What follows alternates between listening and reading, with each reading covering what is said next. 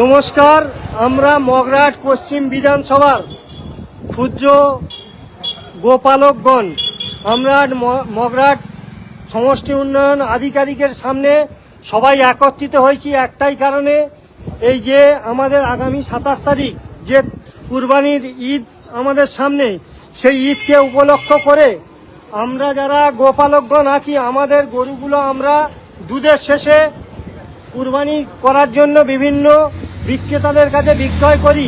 কিন্তু বর্তমান সরকার, নবনির্বাচিত সরকার আসার পরে যে নিয়ম বা যে আইন লাগু করেছেন, তাতে করে আমরা দেখতে পাচ্ছি যে আমাদের বিক্রিকৃত মাল আর তাঁরা নিয়ে যেতে ইচ্ছুক নয়।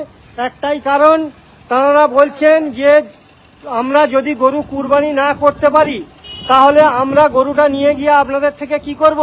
এমত অবস্থায় আমরা প্রশাসন এবং সমস্ত মিডিয়ার মাধ্যমে আমাদের নবনির্বাচিত রাজ্য সরকারকে আমরা একটা বার্তা দিতে চাই, এই বিজনেস বা এই ব্যবসার সঙ্গে শুধুমাত্র আমরা জড়িত নয়, কয়েক কোটি মানুষ এই বিজনেসের সঙ্গে জড়িত। অবিলম্বে আপনারা আমাদের এই বিষয়টা, যাতে আমরা আগামী দিনে বিজনেস করতে পারলাম কি পারলাম না এটা আমাদের কাছে বড় প্রশ্ন নয়, আমাদের কাছে একটাই প্রশ্ন, আগামী 27 তারিখ যে কুরবানির ঈদটা রয়েছে সেই ঈদটা যাতে আমরা আমাদের গরুগুলোকে কুরবানি দিতে পারি এবং আমাদের মালগুলো যাতে তারা নিয়ে যেতে পারেন, সে বিষয়ে আমরা এই রাজ্য সরকারের কাছে আমাদের করজোরে আবেদন, আপনারা বিষয়টা হৃদয় দিয়ে একটু উপলব্ধি করবেন এবং আমাদের বিষয়টা একটু ভাববেন যে শুধু আমরা নয়, আমাদের সঙ্গে মিষ্টি ব্যবসায়ী যারা, আমরা যদি কারবার আজকের উঠে যায় মিষ্টি ব্যবসায়ীরা তারা দুধ পাবে না, এবং যে লিকুইড দুধ মার্কেটে পাওয়া যায় আমুল থেকে শুরু করে যে সমস্ত দুধ, তারাও আগামী দিনে গ্রাম বাংলায় দুধ সাপ্লাই করতে পারবে না, বাড়ির বাচ্চারা দুধ খেতে পারবে না। তাই আমাদের করজোরে এই রাজ্য সরকারের কাছে নিবেদন, এই বিষয়টা খুব হৃদয় দিয়ে একটু উপলব্ধি করবেন। নমস্কার, সবাই ভালো থাকবেন। চলো।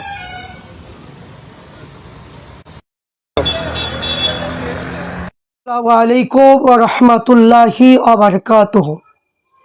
প্রত্যেক জাতি ধর্ম বর্ণ নির্বিশেষে প্রত্যেককে জানায় আন্তরিক শুভেচ্ছা এবং অভিনন্দন। আমরা প্রত্যেকেই জানি 27 তারিখে আমাদের ইসলাম ধর্মের দ্বিতীয় যে ঈদ, ঈদুল আজহার যে দিন আসছে, সেই উপলক্ষে আমরা ওই দিনে কুরবানি আমরা করি। পশু, ছাগল, গরু কিংবা মহিষ কিংবা উট কিংবা দুম্বা কিংবা ভেড়া এবং ছাগল, এইগুলো নিয়ে আমাদের কুরবানি করা হয়। তো কুরবানি ক্ষেত্রে আমরা যে কুরবানি করি, এই দিক দিয়ে কিছু মানুষ এরা চাইছে মুসলমানকে কি করে কোণঠাসা করা হয়, মুসলমানকে কি করে এদেরকে হাতে মারবো না পাতে মারবো, এইরকম একটা ভাব কিছু মানুষ তৈরি করছেন, কিন্তু সেটা পেরে উঠছে না।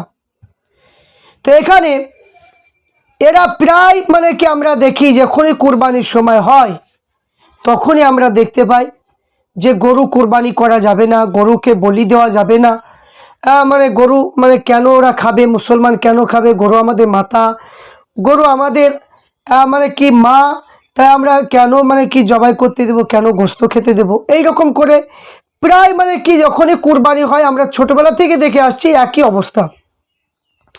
তো এখানে যাতে পশু কুরবানি যেন না করতে পারে, গরু জবাই যেন না করতে পারে, এই জন্য এফআইআর বারবার করেছিল।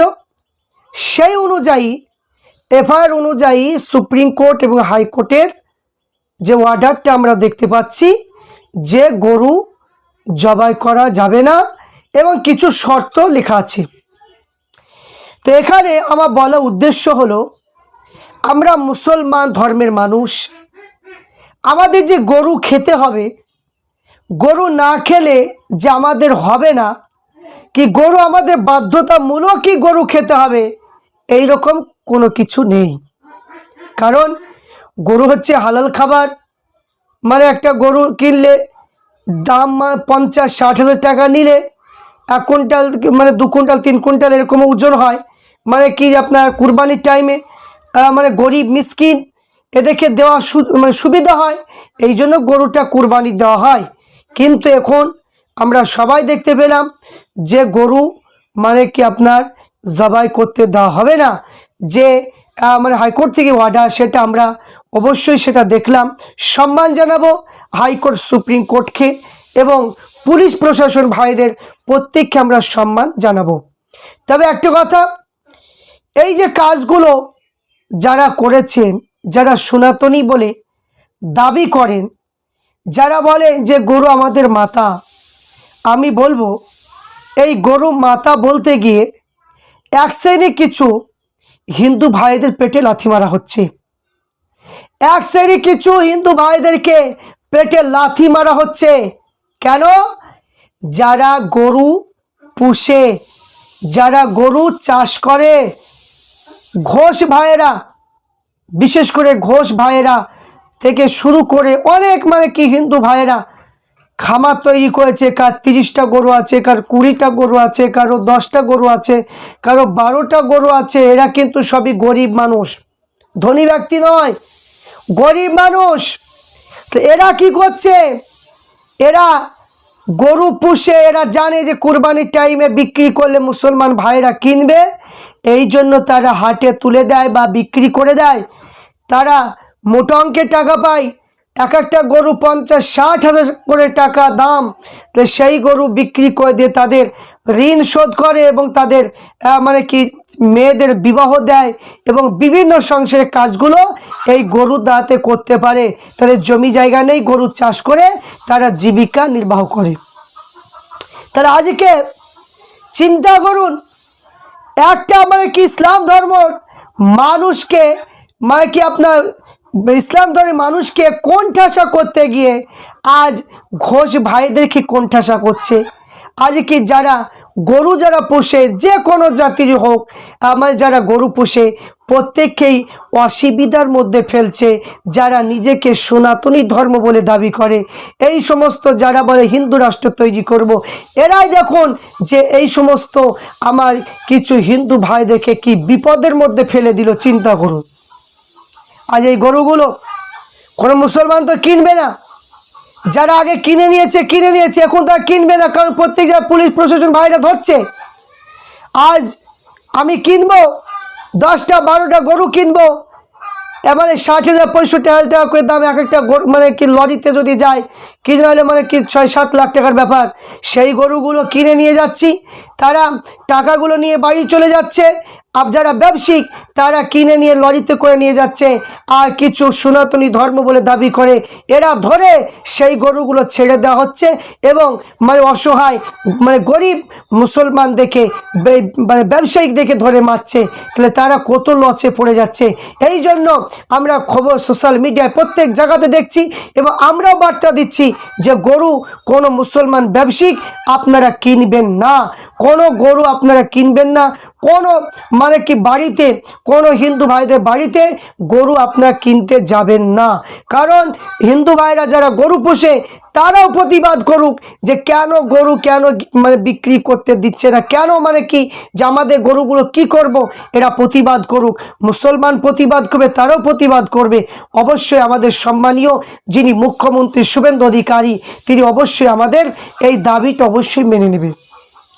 আজ কুরবানিটা যে আমরা পশুগুলো কিনেছি, গরুগুলো, আমরা আর্জি করব মাননীয় মুখ্যমন্ত্রী শুভেন্দু অধিকারী সাহেবের কাছে যে এবাকা মতো কুরবানি যে পশুগুলো কেনা হয়েছে, অবশ্যই আমরা আপনাকে সম্মানের জন্য বলবো যে এবাকা মতন কুরবানি অনুমতি দেওয়া হোক।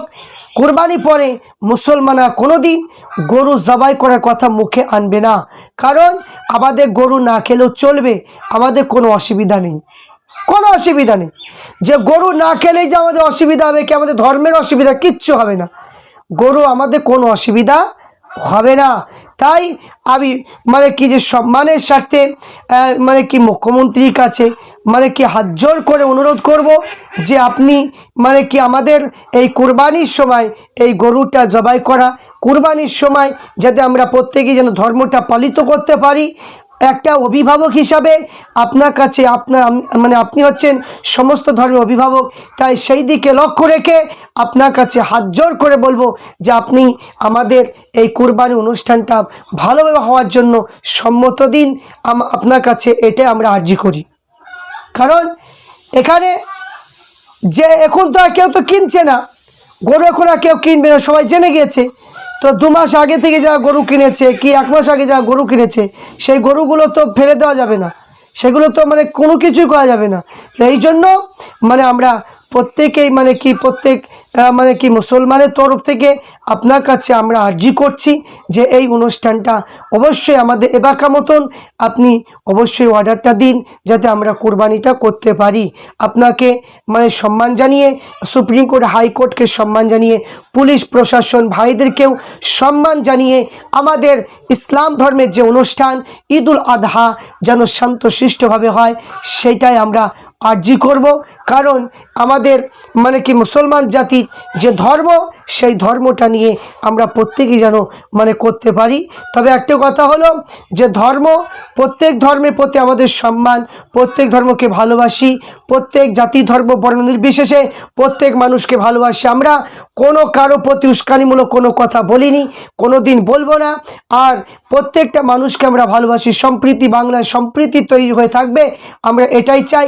দেশের উন্নয়ন, চাকরি, স্কুল মানে পড়াশোনা, রাস্তাঘাট মানে কি প্রত্যেক জিনিসের ন্যায্য দাম যেগুলো প্রয়োজন আমরা সেইগুলোই দাবি করি, সেইগুলো আমরা চাই। ধর্ম নিয়ে রাজনীতি আমরা চাই না। কোনো ধর্মের মধ্যে কোনো ধর্মকে কোণঠাসা করবে, কোনো ধর্মকে বাধ্য হয়ে মানে করবে, এইগুলো আমরা চাই না।